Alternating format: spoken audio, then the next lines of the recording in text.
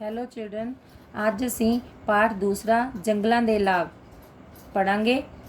ਜੰਗਲ ਕੁਦਰਤ ਦੀ ਬਹੁਤ ਵੱਡੀ ਦਾਤ ਹਨ। ਕਈ ਲੋਕ ਜਦੋਂ ਹਜ਼ਾਰਾਂ ਮੀਲਾਂ ਵਿੱਚ ਫੈਲੇ ਜੰਗਲਾਂ ਨੂੰ ਦੇਖਦੇ ਹਨ ਤਾਂ ਸੋਚਦੇ ਹਨ ਕਿ ਧਰਤੀ 'ਤੇ ਇੰਨੇ ਵੱਡੇ ਵੱਡੇ ਟੋਟੇ ਕਿਉਂ ਵਿਅਰਥ ਪਏ ਹਨ।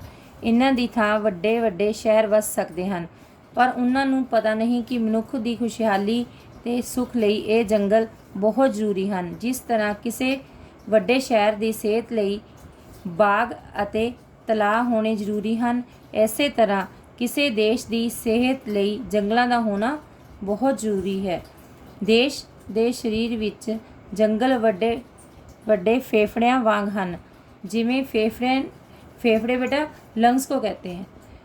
ਜਿਵੇਂ ਫੇਫੜੇ ਨਾ ਹੋਣ ਤਾਂ ਆਦਮੀ ਦਾ ਸਾਹ ਘੁੱਟਿਆ ਜਾਂਦਾ ਹੈ, ਇਸੇ ਤਰ੍ਹਾਂ ਜੰਗਲ ਨਾ ਹੋਣ ਤਾਂ ਦੇਸ਼ ਦਾ ਸਾਹ ਘੁੱਟਿਆ ਜਾਵੇ। ਜਿਸ ਤਰ੍ਹਾਂ ਸਰੀਰ ਵਿੱਚ ਸਿਹਤ ਦੀ ਭੁੱਖ ਹੈ, ਇਸੇ ਤਰ੍ਹਾਂ ਆਦਮੀ ਦੀ ਆਤਮਾ ਨੂੰ ਸੁੰਦਰਤਾ ਦੀ ਵੀ ਭੁੱਖ ਹੁੰਦੀ ਹੈ। ਜੰਗਲ ਦੇ ਸ਼ਾਨਦਾਰ ਨਜ਼ਾਰੇ ਆਦਮੀ ਦੀ ਇਸ ਭੁੱਖ ਨੂੰ ਯੁਗਾਂ ਯੁਗਾਂ ਤੋਂ ਤ੍ਰਿਪਤ ਕਰਦੇ ਆਏ ਹਨ। ਮਨੁੱਖ ਸਦਾ ਕੁਦਰਤ ਦੀ ਇਸ ਮਹਾਨ ਸੁੰਦਰ ਰਚਨਾ ਵੱਲ ਖਿੱਚਿਆ ਜਾਂਦਾ ਰਿਹਾ ਹੈ।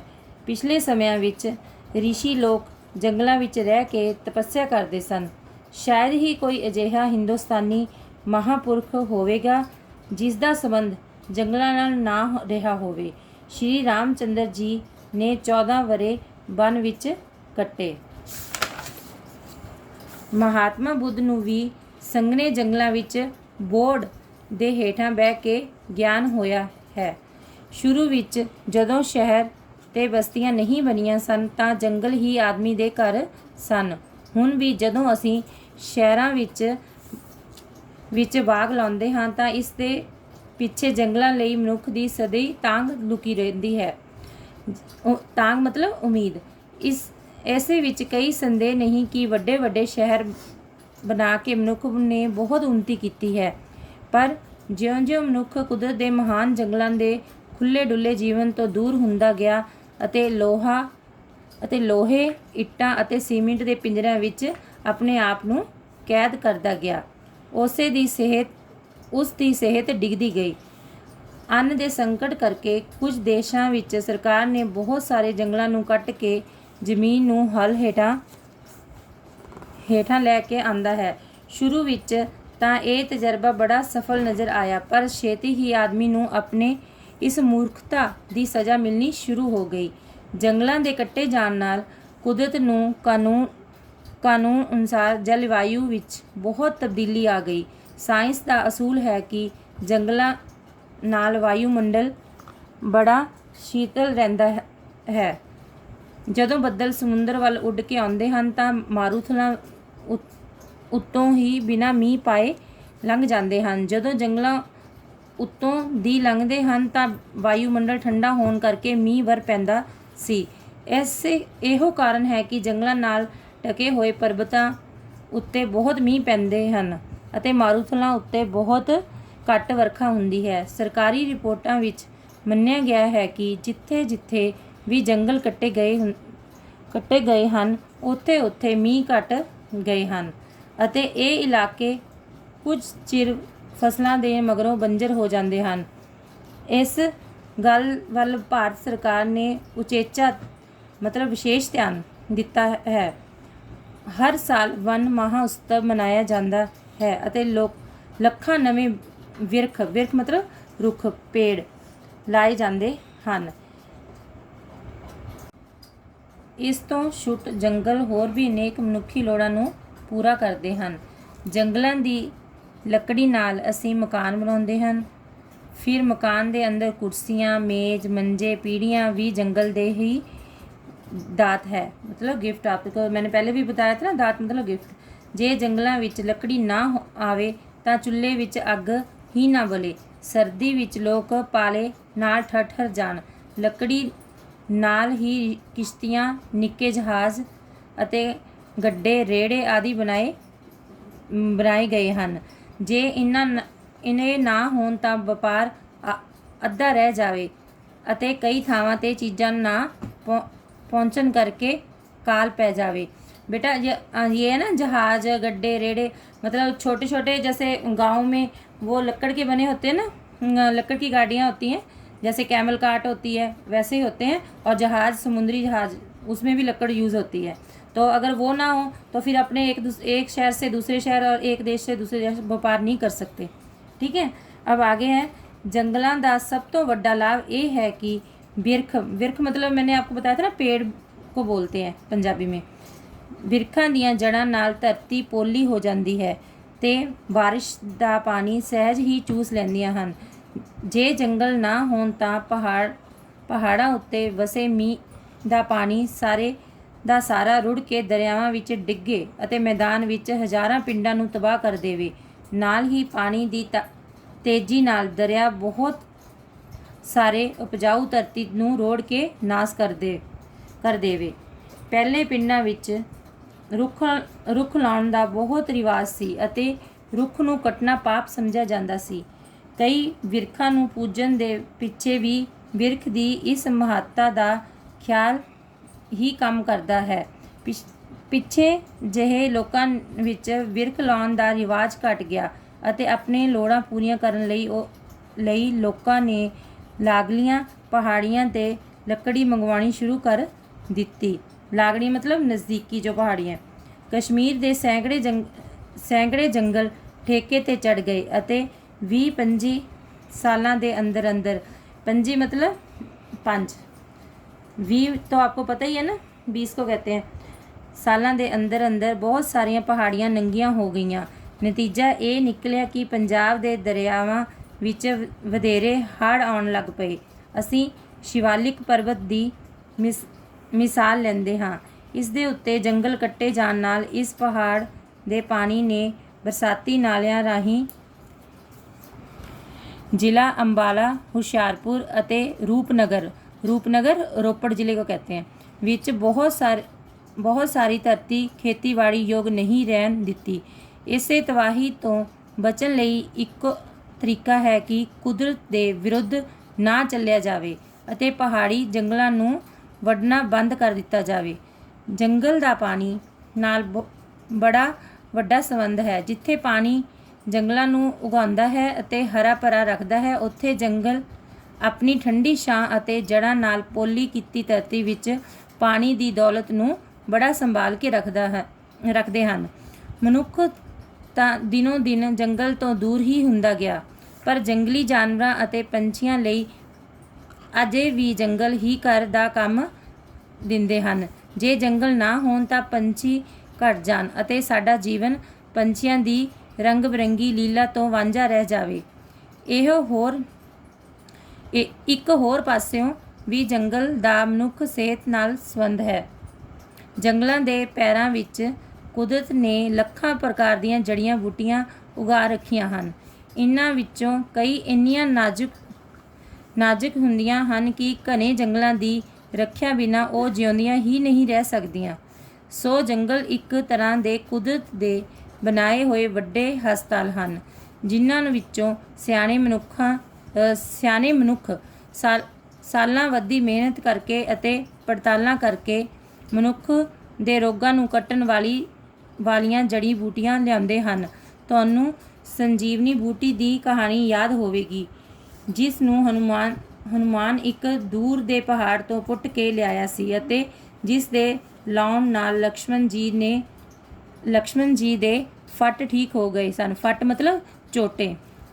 ਜੰਗਲਾਂ ਦਾ ਸਭ ਤੋਂ ਵੱਡਾ ਲਾਭ ਇਹ ਹੈ ਕਿ ਉਹ ਮਨੁੱਖ ਨੂੰ ਰੋਜ਼ਗਾਰ ਦਿੰਦੇ ਹਨ। ਕਰੋੜਾਂ ਆਦਮੀ ਜੰਗਲ ਅਤੇ ਉਹਨਾਂ ਵਿੱਚ ਪੈਦਾ ਹੋਈਆਂ ਚੀਜ਼ਾਂ ਸਦਕਾ ਕੰਮ ਲੱਗੇ ਹੋਏ ਹਨ।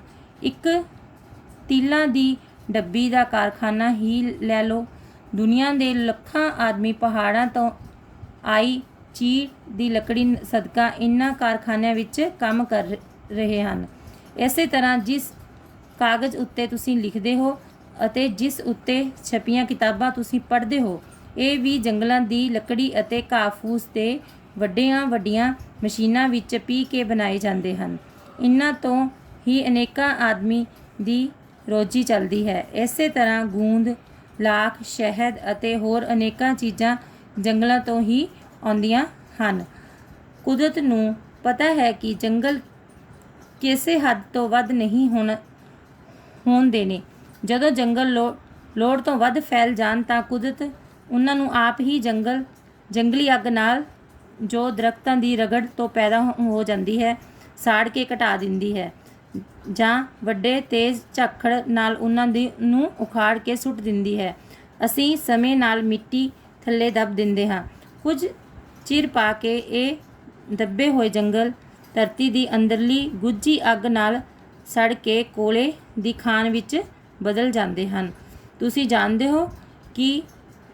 ਜਾਣਦੇ ਹੀ ਹੋ ਕਿ ਕੋਲਾ ਕਿੰਨੀ ਵੱਡੀ ਮਨੁੱਖੀ ਲੋੜ ਹੈ। ਅੱਜ ਕੱਲ੍ਹ ਸਮੇਂ ਨੂੰ ਲੋਹੇ ਤੇ ਕੋਲੇ ਦਾ ਯੁੱਗ ਹੀ ਕਿਹਾ ਜਾਂਦਾ ਹੈ।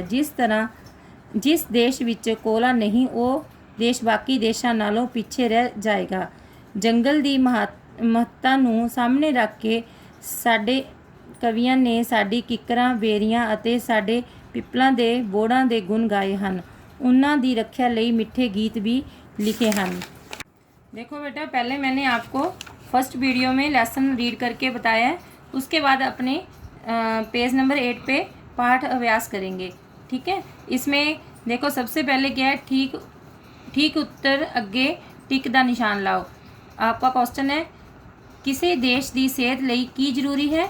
जंगल के आगे आप टिक लगा दो।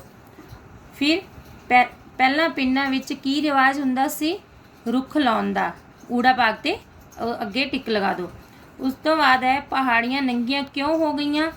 ਦਰਖਤ ਕੱਟਣ ਨਾਲ। ਆੜੇ ਪਾਕ ਦੇ ਅੱਗੇ ਟਿਕ ਲਗਾਉਂਗੇ। ਜੜੀਆਂ ਬੂਟੀਆਂ ਕਿੱਥੋਂ ਉਗਦੀਆਂ ਹਨ? जंगल विच। ठीक है, उसके बाद क्वेश्चन नंबर 2 और 3 आप छोड़ दोगे, वो मैं आपको बोर्ड पे करवाऊंगी। और 4th नंबर भी आपको वाक्य विच वरतो, ये भी बोर्ड पे करवाऊंगी जब आप कॉपी में लिखोगे। आगे है खाली थावां भरो। जंगल पहले नंबर पे है, जंगल कुदरत दी बहुत वड्डी दात हन। 2nd नंबर पे है मारूथल उत्ते बहुत घट बरखा हुंदी है। नंबर 3 पे है विरखां दियां जड़ां नाल धरती पोली हो जाती है। नंबर 4 पे रुख नूं कटना पाप समझा जाता सी। अजकल नंबर 5 पे है अजकल दे समय नूं लोहे ते कोले दा युग कहा जाता है। आगे क्वेश्चन नंबर 6 है हेठां लिखे शब्दां नूं हिंदी अते अंग्रेजी विच लिखो। देखो बेटा, मैं पहले लेसन की तरह आपको पंजाबी पढ़ के बताती हूँ और हिंदी और इंग्लिश आप अपने आप लिखोगे। देखो नंबर 1 पे क्या है? विरख। विरख मैंने आपको बताया था क्या होता है, वो आप लिखोगे इसके आगे। कवि, कुदरत, तब्दीली, खेतीबाड़ी। ठीक है, ये क्वेश्चन नंबर 6 हो गया आपका। उसके बाद क्वेश्चन नंबर 7 में क्या है? शुद्ध करके लिखना है। ये पंजाबी में गलत लिखा हुआ है, उसको सही करके लिखना है। देखो सेहत, सेहत कैसे लिखते हैं? ये लिखा हुआ है इसके सामने। शहर, शहर लिखा हुआ है तो इसको सही क्या लिखेंगे? शहर। वायुमंडल, वायुमंडल। लाभ, लाभ। युग, यहाँ पे देखो जज्जे से शुरू हुआ ना, जुग, जुग नहीं होता, युग होता है। ये या ऐसे बना के लिखना है, युग।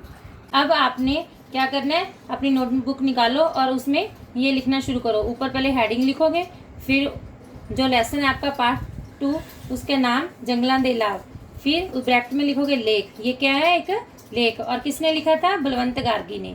ठीक है, सबसे पहले हम शॉर्ट क्वेश्चन करेंगे। शॉर्ट क्वेश्चन वाला हेडिंग आप लिखो अपनी अपनी नोटबुक में। फिर क्वेश्चन नंबर 1 है जंगल क्यों जरूरी हैं? मनुख की खुशहाली और सुख लिए जंगल बहुत जरूरी हैं। देखो मैंने आपको ना ये बता दिया ना कि पढ़ पढ़ के मैं अभी बता रही हूँ, तो और आप सब बच्चे अपनी अपनी कॉपी में लिखेंगे। अब 2nd क्वेश्चन क्या है? अन्न के संकट का जंगलों ते की असर होया? अन्न के संकट नूं दूर करन लई बहुत सारे जंगल कट दिते गए। मारूथलों विच बरखा घट क्यों हुंदी है? क्वेश्चन नंबर 3 में है मारूथलों विच जंगल नहीं होने करके वायुमंडल गर्म हो जाता है, इस करके मारूथलों विच घट मीह पैंदा है। क्वेश्चन नंबर 4 क्या है? जंगलों दी लकड़ किहड़ियां लोड़ां पूरियां करती है? उसका उत्तर है जंगलों दी लकड़ नाल मकान, फर्नीचर, मंजे, पीढ़ियां, किश्तियां, निक्के जहाज अते गड्ढे बनाए जाते हैं। इस तरह जंगल मनुख दियां अनेकां लोड़ां पूरियां करते हैं। अब क्वेश्चन नंबर 4 के बाद है क्वेश्चन नंबर 5 ਕਵੀਆਂ ਨੇ ਕਿਹੜੇ ਕਿਹੜੇ ਰੁੱਖਾਂ ਦੇ ਗੁਣ ਗਾਏ ਹਨ? ਕਵੀਆਂ ਨੇ ਕਿੱਕਰਾਂ, ਬੇਰੀਆਂ, ਪਿੱਪਲਾਂ ਅਤੇ बोर्ड आदि रुखों के गुण गाए हैं। बेटे ये जो पेड़ों के नाम बोले ना उन्होंने, दरख्तों के नाम, ये सारे अपने डेली यूज़ आने वाले हैं। ठीक है, संक्षेप उत्तर वाले प्रश्न, अब पहले शॉर्ट क्वेश्चन थे, अब बड़े आ गए। ठीक है, अब आप उसके नीचे ये हेडिंग लिखोगे संक्षेप उत्तर वाले प्रश्न जो मैंने लिखा है अंडरलाइन करके। फिर उसका क्वेश्चन नंबर 1 है, ਵੱਡੇ ਜੰਗਲਾਂ ਨੂੰ ਦੇਖ ਕੇ ਲੋਕ ਕੀ ਸੋਚਦੇ ਹਨ? ਵੱਡੇ ਜੰਗਲਾਂ ਨੂੰ ਦੇਖ ਕੇ ਲੋਕ ਸੋਚਦੇ ਹਨ ਕਿ ਧਰਤੀ ਦਾ ਇੱਕ ਵੱਡਾ ਹਿੱਸਾ ਵਿਅਰਥ ਪਿਆ ਹੈ। ਇਹਨਾਂ ਦੀ ਥਾਂ ਵੱਡੇ ਵੱਡੇ ਸ਼ਹਿਰ ਵਸ ਸਕਦੇ ਹਨ। ਆਗੇ ਕੁਐਸਚਨ ਨੰਬਰ 2 ਹੈ, ਵੱਡੇ ਵੱਡੇ ਸ਼ਹਿਰ ਬਣਾਉਣ ਨਾਲ ਮਨੁੱਖੀ ਸਿਹਤ ਤੇ ਕੀ ਅਸਰ ਹੋਇਆ? इसका आंसर है, ਵੱਡੇ ਵੱਡੇ ਸ਼ਹਿਰ ਬਣਾ ਕੇ ਮਨੁੱਖਾਂ ਨੇ ਬਹੁਤ ਉન્નਤੀ ਕੀਤੀ, ਪਰ ਮਨੁੱਖ ਜੰਗਲਾਂ ਦੇ ਖੁੱਲੇ ਡੁੱਲੇ ਜੀਵਨ ਤੋਂ ਦੂਰ ਹੁੰਦਾ ਗਿਆ ਅਤੇ ਉਸ ਦੀ ਸਿਹਤ ਡਿੱਗਦੀ ਗਈ। ਕੁਐਸਚਨ ਨੰਬਰ 3, ਜੰਗਲੀ ਇਲਾਕਿਆਂ ਵਿੱਚ ਮੀਂਹ ਜ਼ਿਆਦਾ ਕਿਉਂ ਪੈਂਦਾ ਹੈ? ਜੰਗਲੀ ਇਲਾਕਿਆਂ ਉੱਤੇ ਵਾਯੂਮੰਡਲ ਠੰਡਾ ਰਹਿੰਦਾ ਹੈ, ਇਸ ਲਈ ਜੰਗਲੀ ਇਲਾਕਿਆਂ ਵਿੱਚ ਮੀਂਹ ਜ਼ਿਆਦਾ ਪੈਂਦਾ है। इसके बाद आपका क्वेश्चन नंबर 4 है, तबाही तो बचन का की तरीका है? इसका उत्तर क्या आएगा? तबाही तो बचन का इक्को तरीका है कि कुदरत के विरुद्ध ना चलिया जावे अते पहाड़ी जंगलों नूं वढना बंद कर दिता जावे। क्वेश्चन नंबर 5, जंगल कुदरत के बनाए हुए हस्पताल किवें हन? किवें? कुदरत ने जंगलों के पैरों विच ਲੱਖਾਂ प्रकार दीयां जड़ियां बूटियां उगा रखियां ਹਨ। सियाणे मनुख अपनी मेहनत अते पड़ताल नाल, पड़ताल मतलब क्या होता है? इंक्वायरी करना। ठीक है, नाल रोगां नूं कट्टण वालियां जड़ी बूटियां जंगलां विचों लिआउंदे हन अते मरीजां दा इलाज करदे हन। इसे तरह जंगल कुदरत दे बनाए हुए हस्पताल हन। देखो बेटा, अब आपके क्वेश्चन आंसर खत्म हो गए। उसके बाद नेक्स्ट आप लिखोगे वाक्यां विच वरतो हेडिंग। ठीक है, इसके ये 5 वाक्य हैं जो आपने लिखने हैं। जैसे कुदरत, कुदरत जंगल कुदरत की बहुत बड़ी दात है। ठीक है, सैकेंड है तजर्बा, साडे देश विच बहुत तजर्बेकार विज्ञानिक पैदा होए। नंबर 3 पर है खुशहाली, हरा रंग खुशहाली का प्रतीक है। रिवाज, साडे देश विच बहुत तरह के रीति रिवाज हैं। नंबर 5 पर है महत्ता, सानू जंगलों की महत्ता समझनी चाहिए है। अब आपका ये लेसन 2 कंप्लीट हो चुका है। और सब बच्चे अपनी अपनी कॉपी में, जो मैंने कॉपी में करने के लिए कहा है वो कॉपी में करेंगे, जो बुक में करने वाला है वो आप बुक में करेंगे। ठीक है, ओके, थैंक यू बेटा।